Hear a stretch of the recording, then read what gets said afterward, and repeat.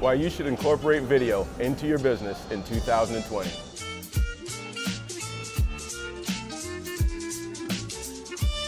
Darryl.watty, Chestnut Park West in Waterloo Region. Tom Storey, Royal LePage Signature Realty in Toronto. Brett Stark with the Stark Realty team at PSR Brokerage. So guys, what made you start using video? So my whole kind of philosophy with video is when I first started in real estate, I was 22 years old.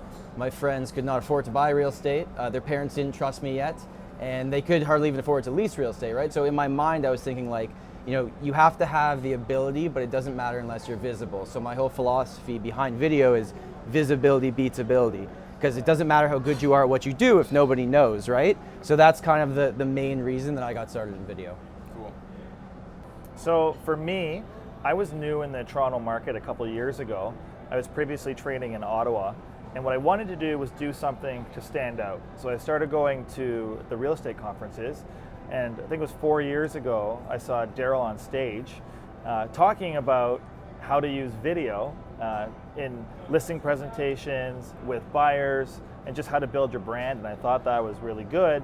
And then I think 2 years ago or last year, I saw Tom on stage, and he was talking about how to do video analytics and video valuations for his clients, and I thought, that's genius. So I've tried to incorporate both into my business, and it's been really successful.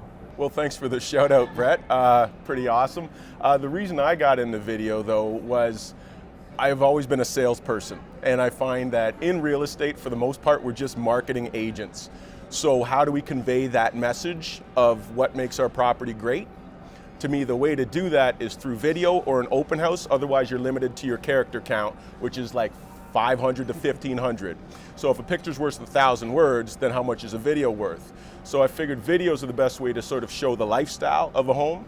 And then once I saw that naked video, you know, the one in the Australian naked video? Yeah. I'm like, okay, I'm not doing a naked video here. But then it led me to another fellow by the name of Andrew Gilmore, who just made, you know, showed the lifestyle of the home, made it fun, and by bringing some sort of theme, it caused the purchaser, the person watching the video, to watch from start to finish. So I'm like, okay, this actually helps me sell the house. Yeah, that's the main reason I want to get it, because I just want to sell more houses. So that's great. So now you've decided to do video.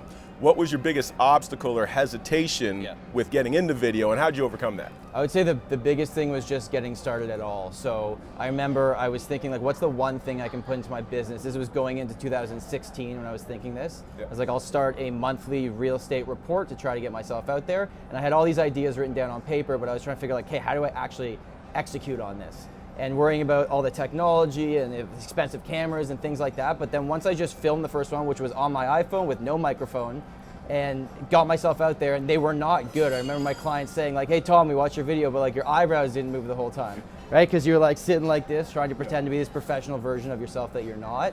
And once I remembered that the video's not actually about me, it's about the information that you're giving to other people, that's when the light bulb kind of went off. Awesome. I had two hesitations. One was the cost associated with the production and the filming. So the first video I did was high production. I got a video company to come in with a director and a sound guy and a light guy, and it cost me an arm and a leg. And I didn't get the views, the sellers were happy, but I needed to find a way to do it that was cost effective and could get a message across more effectively. My second biggest challenge was having to look at myself and hear myself on camera. So I'm one of these guys that hates his own voice on the phone. And when you see yourself on video, it takes that to the next level. So I had to get over myself and seeing myself, because everyone thinks they have to look perfect or present a different picture of themselves, or stand up proper like you were saying, or suck in your gut, or make sure you're smiling. So as soon as you get over that, I think that was my biggest hesitation. So myself, I had done a video, what was sort of marketing piece for myself, and that was really cool. Big expense and so forth. I just knew everybody was talking about video, but nobody was even doing it back in the day. Like, I'm old, right? So that was probably about 6 years ago. And I did that, which is okay, and they, you know, made me look awesome, optimal angles, crazy good lighting, but like day in, day out is too expensive. So to be honest with you, I was overweight. So I had to get in shape. So to be confident, to me, you have to be confident in the skin you're in. So I had to work on the skin I was in. It took about 4 months of grinding at the gym. And now my soccer team is happily thanking me for the fact that I can actually run. So yeah, I had to get in shape. Sometimes you gotta do what you gotta do to be comfortable in the skin you're in, right? That's awesome. All right, so we know that video has been good to us. Yeah. What's next? What can we expect out of us all in 2020? I would say just being more consistent with it. I find a lot of the people, they say they're gonna do it and you do one and then you never do it again. I think it needs to be built into your business plan for the entire year. Have it scheduled, having time blocks to actually get it done, because otherwise it's very overwhelming if you're trying to just do it on the go. So I'd say for myself, like making sure everything's more scheduled. We got a lot of things, a lot of ideas written down for 2020, getting them built into the plan and actually executing on them. Awesome. So for me with video, what I've noticed is that we have to provide some sort of value in the video to get the views and to get people talking about it. So if I just do a listing presentation video and I show the property and it looks great and I have characters and dogs, that's one thing.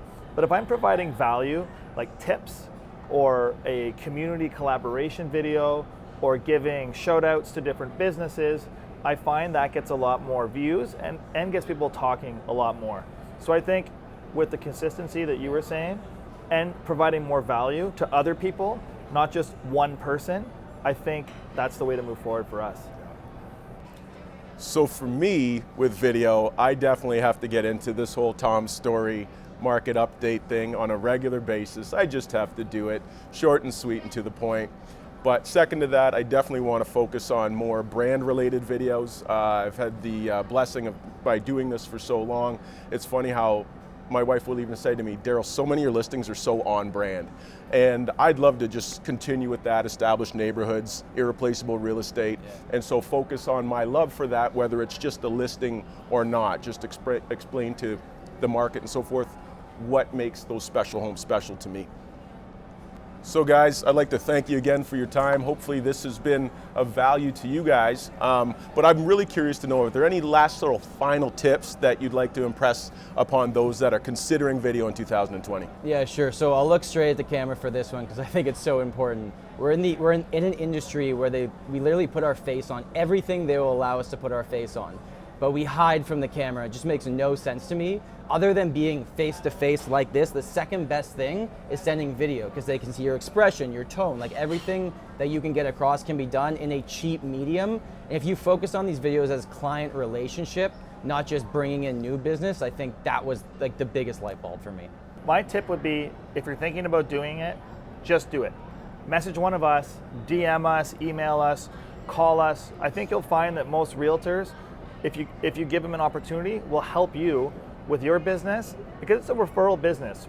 Although we're competitors, your business and your business is definitely not the same as my business, and we're not helping the same people, right? So I think the more value we can give, the more we can help other people. That's the way to move forward. And if anyone needs help with video, any of us will get you started. And for myself, I would suggest, guys, get into it. It's more of not a tip, but just like a little nudge. What you expect to be the benefit is the tip of the iceberg. It's amazing if you have an open house or you're at the grocery store or whatever and somebody points out and says, oh my gosh, I recognize you. And they start talking to you like you're an advisor or you have, that knowledge. And if we can be a trusted real estate advisor to whomever that is, there's no way that your business will not grow. So get into it. There's a reason why you're thinking about doing it. That's called intuition, okay? And I wish you guys nothing but the best in 2020. So I would definitely like to thank ORETTA CAFFE for the use of the space. And I'd also like to thank Tom Storey and especially Brett Stark for the concept and idea of how we can help other people in our industry. Hope you enjoy it. Check it.